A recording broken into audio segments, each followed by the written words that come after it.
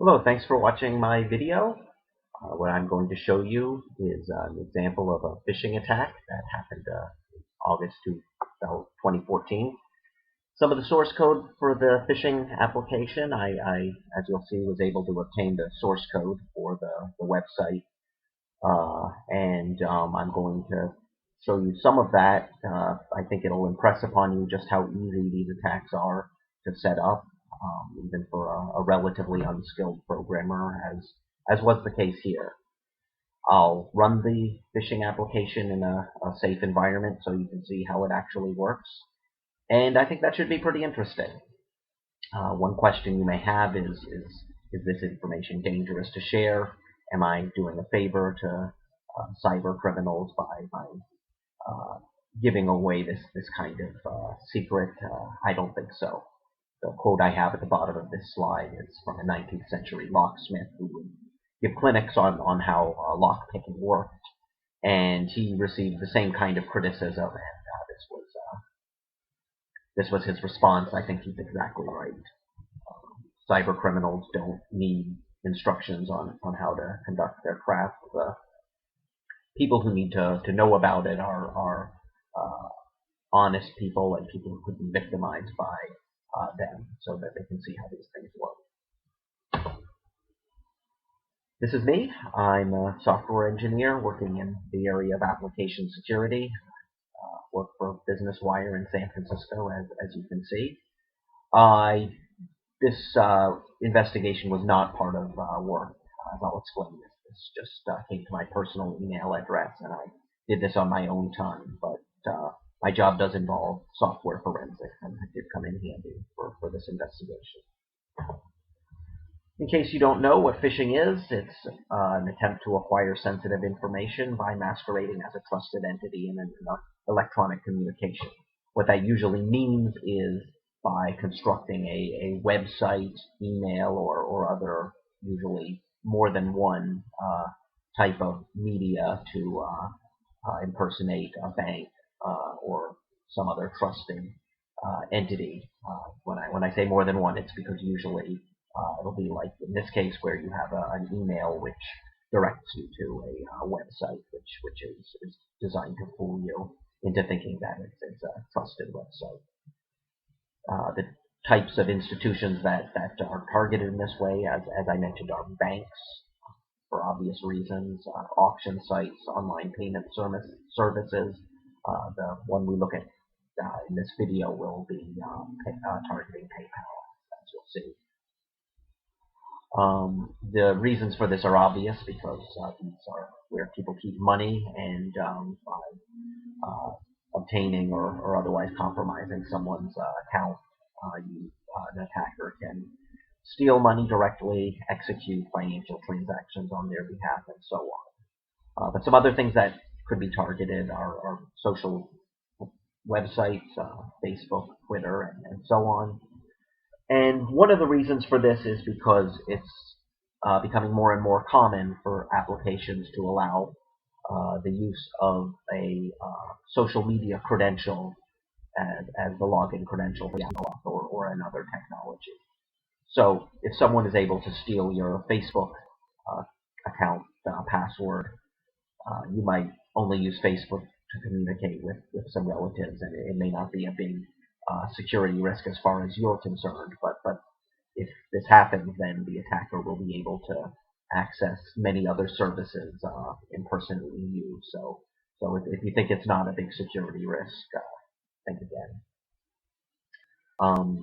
In addition, businesses, various business infrastructure points can be targets of phishing attempts, particularly webmail, VPN, login credential sites, the site that you use to set your VPN credential, and so on. And the reason for this is an attempt to steal employees' passwords and compromise network security perimeter that way. We're seeing more of this in the field. That's not to do with what we're going to look at today. I may do another presentation on that type of attack in the future. So again, broadly speaking, we have the type of attack we're going to look at today, which is widely targeted and aimed at the users of an e-commerce site or service, in this case PayPal. But there are other attacks, as I indicated, that are highly targeted at users of employees, even of particular companies. In some cases, even targeting a particular employee of a company, particularly someone who works in accounting, in legal, or some other type of job where the person is likely to have access to important company information or important company financial assets. Um, that's something that's happening more and more. I may do a video on that in the future. The delivery vehicles are pretty commonly email. That's what we're going to see today. It can just as easily be instant messaging or social media messaging, but that's less common than email. Also, the situation can arise where someone is able to inject content into a legitimate website or forum. There's various techniques for doing this. I'm not going to get too into it, but for example, if the site has a discussion forum that has a vulnerability that allows an attacker to insert script into the page, they could change some of the links on the page. Maybe there's a donate button that's supposed to send you to PayPal. They can change that to instead direct you to a phishing site. And there are other avenues for this as well. I'm not going to get too into it, but it can happen through any website compromise. And one of the goals of compromising a website could be to redirect traffic to a phishing site. So, with that in mind, here's an email I got. I've obscured my name, my email address in this, but if you look in the description of this video, you can see my contact information. But at any rate, the email ostensibly comes from PayPal and it's telling me that my account is limited and I need to log in to fix it. There's several things wrong with this that you may or may not notice, but I'll itemize them. First of all, the salutation, dear customer, is completely general. It doesn't use my name. Actual communication from PayPal would use my name. Secondly, the issue that they describe of there are limitations placed on my account that's very vague. Could mean anything. Of course, the reason for that is because they don't know whether I've logged into PayPal yesterday or not. And so by saying there are some limitations, it's something that maybe I didn't notice. Another unusual feature is the address is PayPal's European office, I gather, but it's certainly not what I would expect as a North American customer. And there's some anomalies in the source as well. I went ahead and looked because I could pretty much tell they were up to no good. And that's the source. The slide contains the actual link that you saw on the previous slide to log into PayPal, allegedly to log into PayPal. But as you can see, it directs to a different domain. I've obscured the root domain because the site hosted malware and I didn't want to spread this even indirectly. As it happened, the site was offline last time I checked. It may have been taken down for good by PayPal as a result of the phishing activity. So there's a few unusual things about it, as well as it just not being PayPal. The extremely long subdomain, update-your-security, etc. I think that might be just to distract from the root domain, which appears to be a personal website. I'll just tell you it's someone's first name and last name. I did some follow-up investigation on that I may talk about later. The link is unencrypted plain HTTP. That's obviously not appropriate for PayPal. And the redundant web apps / web apps path. So the redundant path is something that caught my attention because as a web developer, I've seen this before when I have set up a web application myself. I've created the root directory for the web app and then unzip the archive into it only to find that the root directory was actually the web application archive. So I figured that's probably what happened here and caught my attention, as I said. So that's the site itself. I started a private browsing session in a Linux VM. It's pretty important to be careful if you do attempt to go to a phishing site because a malicious site could contain more than one attack. It could contain the phishing attempt as that we're going to look at, but also perhaps try to attack my browser through some sort of exploit, try to get me to download malware, etc. So I tried to be as cautious as I could. I used a VM that I didn't care that much about. It was a Linux VM, not going to be vulnerable to Windows or Macintosh targeting attacks, and I used a private browsing session to prevent any cookies I had on that machine from being accessed.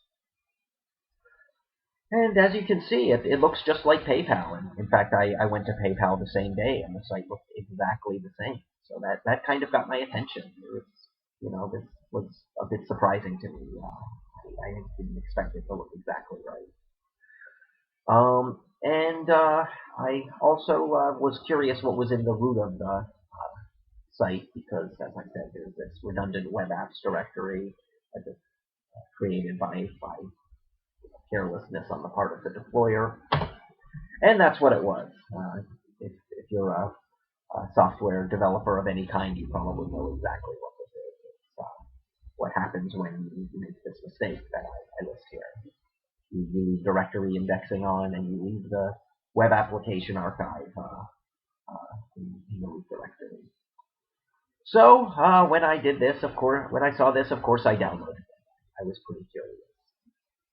And I had a good look at the application on my own in my own environment, and it had a couple of different parts that were a bit surprising to me. I'll show you more of it as we go on, but this is a high-level overview. There's really two applications, as it were, in the archive. The first one is internally referred to as keylog with a 3. This is what's used in the internal source code documentation, as it were, and as we'll see in some other artifacts. And this uses libcurl to download content from PayPal and display it so that it appears identical to PayPal's own site. And there's another set of PHP pages that function as a more conventional or traditional phishing application, which just makes an attempt to look like PayPal, not very convincingly, in my opinion. We'll look at that later on.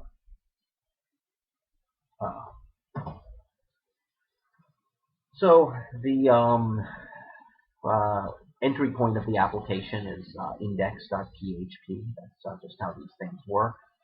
And there's some code in there to prevent the Google bot from getting the content or other bots. If one of these if Google's web crawler or another bot attempts to access the site, it returns 404. That is to say, nothing here response, which is probably a way to hide from web crawlers, so that to hopefully keep the site in the field for longer and it doesn't show up on a Google search and so on. Another file in the root directory is this one, zzz email php, which This is the total contents of the file. It just contains a single line of PHP, which contains the variable send with an email address and with the instructions your email. That's a comment. So this is included in other PHP files, which actually generate the email, as we'll see later. But it appears that to be the case that the code author was not the deployer of the app. This is something that one person wrote and gave to someone else, and this file here was a convenience to the deployer so that to make it easy for them to put in an email to direct stolen credentials to. So I'm going to take you through a few pieces of PHP code that are part of this app. If you're interested in learning more, my contact information is in the description of this video. Just let me know who you are. We can discuss it a little bit. I'm not going to post the entire application for reasons that should be obvious, but I do want to make sure everyone gets the information. It's important. At any rate, this application gathers some data from the request, specifically the user agent and the remote address, the victim's browser details and IP number, that is to say. And then it finds what country the IP number is in by geolocation. And that is used then to construct this PayPal link, the PayPal site specific to the country of the victim. And you'll notice this variable. I don't know if I'm pronouncing this right, but Nigara, which I found by looking on Google Translator, is a word in a few different languages: Malay, Indonesian, or Japanese, and Sanskrit, meaning country. From other details of the code, I'm pretty sure that the code author is Indonesian. So this is again how it works. Is it's going to use libcurl to obtain content from PayPal, and that's why it looks exactly like PayPal. It uses the user agent from the victim in case PayPal is providing a slightly different interface for different browsers. It'll get whatever PayPal gives for that. Under the sheets, it makes some changes, and this is I don't know if any of you have ever seen code like this, but this is a pretty ugly way to do string replacement. That makes me think that one of the many things that makes me think that the code author was not an advanced programmer. Ultimately, what this is doing is it's replacing the form submission target from changing it from PayPal to another local PHP page, which will, as we see, steal information. It does this in a very slow and hacky way, though. It's a whole bunch of string replacements. Yuck.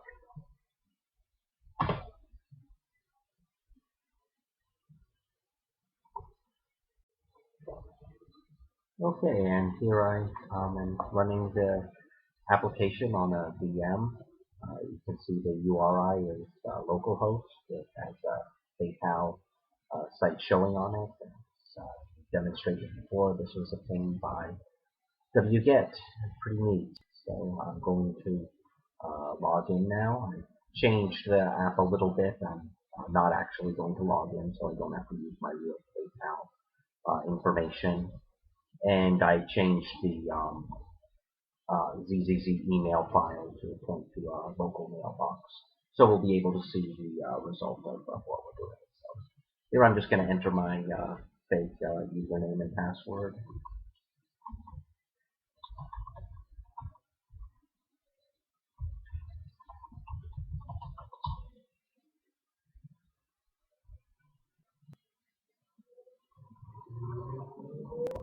Alright, awesome. It's logging me in securely. Isn't that great? Okay, so let's have a look here at what we got from this.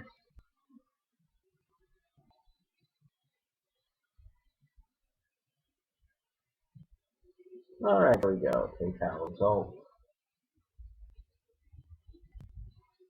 Okay, and this is the email that the app generated. You can see this got kind of a sense of humor.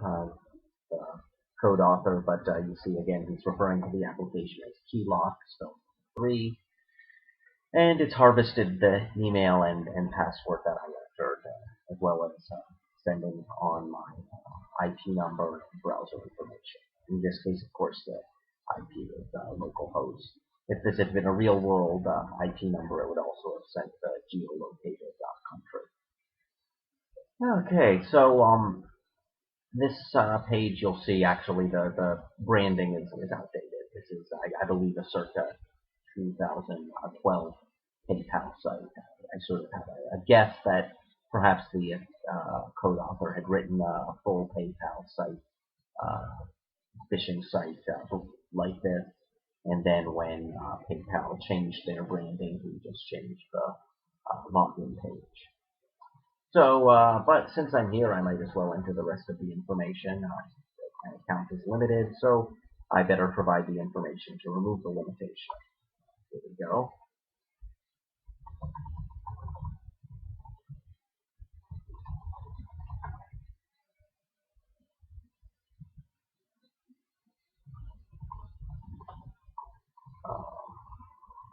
They're going to confirm this.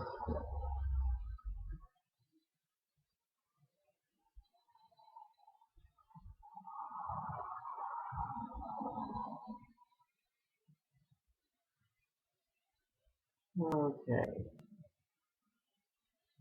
And they need my credit card number. Why not?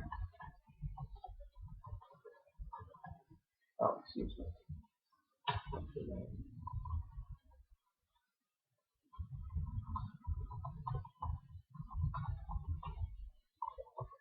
Okay, and I don't believe this is validated, but I'm going to change it anyway. Submit that.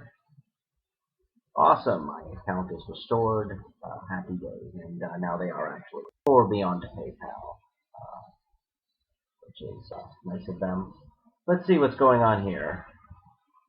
Okay, there we go. As you can see, the information that I entered is all included in this email. This word here, Korban Kabul, I'm not sure I'm pronouncing that right, but it's word in Malay, Indonesian, or Japanese, which is, according to Bing Translator, translates to something like molest victims. That's clearly what this character has in